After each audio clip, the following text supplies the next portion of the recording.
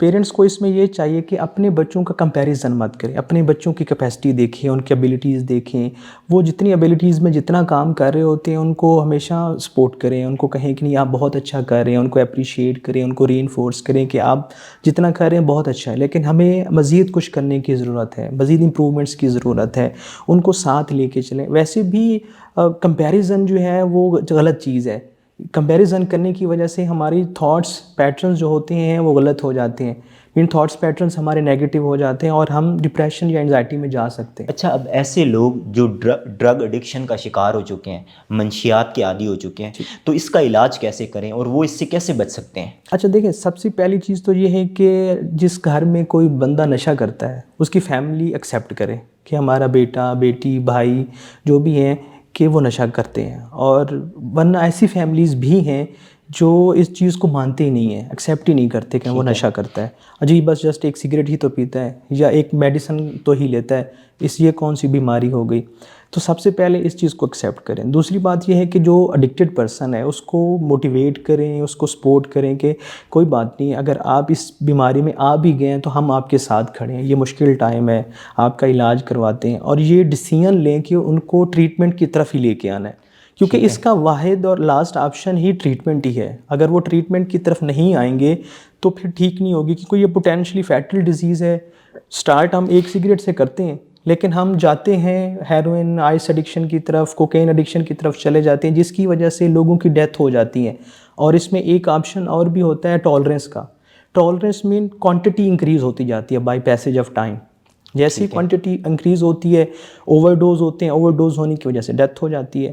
تو پہلا جو پروسیجر ہے ایکسیپٹنس، دوسرا جو ہے وہ ڈیسیژن لیں اس کا علاج کروانے کا، تیسرا ہے کہ اس کو ریہیب میں ایڈمٹ کروائیں۔ ٹھیک ہو گیا، ٹھیک ہے، وہ جیسے ہی ایڈمٹ ہوتے ہیں تو وہاں پہ مکمل ایک ٹریٹمنٹ پلانز ہوتے ہیں جس کے اکارڈنگ اس کی ٹریٹمنٹ کی جاتی ہے۔ اور اس میں یہ بھی دیکھا گیا ہے کہ وہ لوگ جو ڈرگ ایڈکٹڈ تھے اور فیملی نے ان کو سپورٹ کیا، ان کی مدد کی، ان کو علاج کی طرف بھی لے کے آئے، تو جو رزلٹ تھے وہ 100% تھے ماشاءاللہ، ان میں ریکوری ریٹ بہت زیادہ تھا۔ یعنی ایسے لوگ جلدی ریکور ہو جاتے ہیں؟ جی، ایسے لوگ بہت جلدی ریکور ہو جاتے ہیں جو فیملی جن کو سپورٹ کرتی ہے۔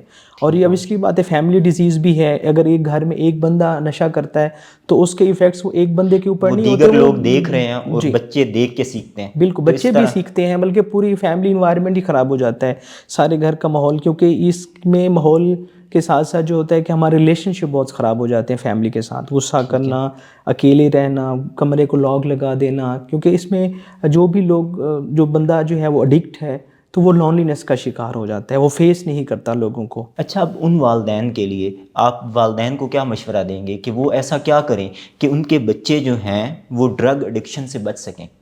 اس میں یہ چاہیے فیملی کو، ایک تو گھر کا ماحول جو ہے انوائرمنٹ سیٹ کریں، فلیکسیبلٹی اس میں ہونی چاہیے۔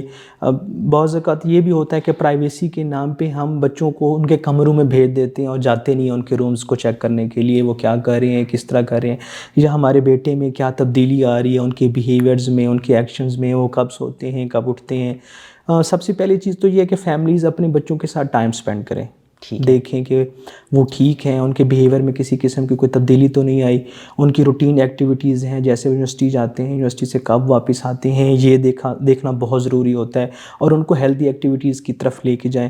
جو سورس آف پلیئر جو ہم سیٹ کرتے ہیں بیسیکلی، یہ چاہیے فیملیز چیک کریں کہ ہمارے بچوں کا سورس آف پلیئر کیا ہے۔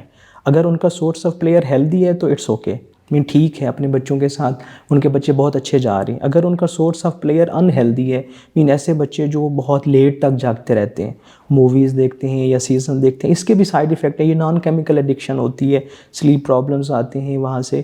تو گریڈنگ اگر بچوں کی ٹھیک نہیں آ رہی تو کوئی بات نہیں ہے، ان کو اپریشیٹ کریں۔ اچھا، Pakistan drug rehabilitation and psychiatry centre, یہ آپ کا ایک ادارہ ہے۔ اچھا، اپنے ادارے کے بارے میں تھوڑا سا ہمیں بتائیں، اور آپ کا جو ادارہ ہے وہ آپ نشے کے مریضوں کا علاج کیسے کرتے ہیں؟ جو ہمارے ادارے کی بیڈ کیپیسٹی ہے وہ 10 سے 12 لوگوں کی ہے، ہم زیادہ لوگوں کا علاج نہیں کرتے، لمیٹڈ لوگ ہوتے ہیں جن کا علاج کرتے ہیں ہم۔ اس کا جو ہمارا پروسیجر ہوتا ہے ٹریٹمنٹ کا، وہ تقریباً ڈفرینٹ فیزز میں کمپلیٹ ہوتا ہے۔ ایک ایسا بندہ جو آیا ہے ہمارے ریہیب میں ایڈمٹ ہو گیا ہے تو سب سے پہلا فیز جو ہوتا ہے وہ ڈیٹاکسیفیکیشن کا فیز ہوتا ہے، ہم اس کو ڈیٹاکس کرتے ہیں۔ دوسرا فیز جو ہوتا ہے اس کی کیس فارمولیشن ہوتی ہے، ایک پیشنٹ آیا ہے، اس کی کیس فارمولیشن بنائی جاتی ہے کہ پیشنٹ کو ایشوز کیا تھے، اس کے ڈرگز کرنے کی ریزنز کیا تھیں. اس کو جب تک ہم ریزن کو فائنڈ آؤٹ نہیں کریں گے تو یہ بیماری ویسے کی ویسے رہے گی. تو اس کی ریزن کو فائنڈ آؤٹ کرنے کے بعد اس کی جتنے بھی سائیکولوجیکل ایشوز ہوتے ہیں یا النس ہے، چاہے وہ ڈپریشن ہے ساتھ یا بائی پولر ہے، اس کو سائیکوٹک سمٹمز آ رہے ہیں، تو وہ ٹھیک کیے جاتے ہیں. تیسرا فیز آتا ہے ہیلتھی اسکلس ٹریننگ. اس بندے کے اندر ہم کانفیڈنس بلڈ اپ کرتے ہیں کہ اس کی اسکلس ٹریننگ ہو جائے. جیسی اس کی اسکلس ٹریننگ ہوتی ہیں اس کے بعد نیکسٹ پروسیجر ہوتا ہے relapse prevention plan. Relapse prevention plan کیا ہوتا ہے کہ جس میں ہم سکھاتے ہیں کہ آپ نے ریلیپس سے کیسے بچنا ہے. آپ نے جیسے یہاں سے ٹھیک ہو کے جانا ہے تو معاشرے میں آپ نے کیسے زندگی گزارنی ہے، آپ نے کن باتوں کو فوکس کرنا ہے، کن باتوں کو فوکس نہیں کرنا. اور نیکسٹ جو لاسٹ ہمارا ہوتا ہے وہ فالو اپس ہوتے ہیں. ہم پیشنٹ کو فالو اپس دیتے رہتے ہیں، ان کی فیملی سے پوچھتے ہیں، اگر کہیں ان کو پرابلمز آ رہی ہوتی ہیں تو دوبارہ سے ہم سیشنز وغیرہ کرتے ہیں، کاؤنسلنگ کے ذریعے اس کو ٹھیک کرتے ہیں. محمد عمران صاحب، پروگرام میں شرکت کے لیے آپ کا بہت شکریہ. میں امید کرتا ہوں کہ ہمارے وہ ناظرین جو یہ جاننا چاہ رہے تھے کہ وہ لوگ جو منشیات کے عادی ہو چکے ہیں تو وہ اس کا علاج کیسے کریں اور وہ اس منشیات کی عادت سے کیسے بچ سکتے ہیں، ان کے لیے یہ انٹرویو انتہائی مفید ثابت ہوگا. اس پروگرام کے حوالے سے اپنا فیڈ بیک کامنٹ باکس میں لکھیے. اگلے پروگرام تک دیجیے اجازت. اللہ حافظ.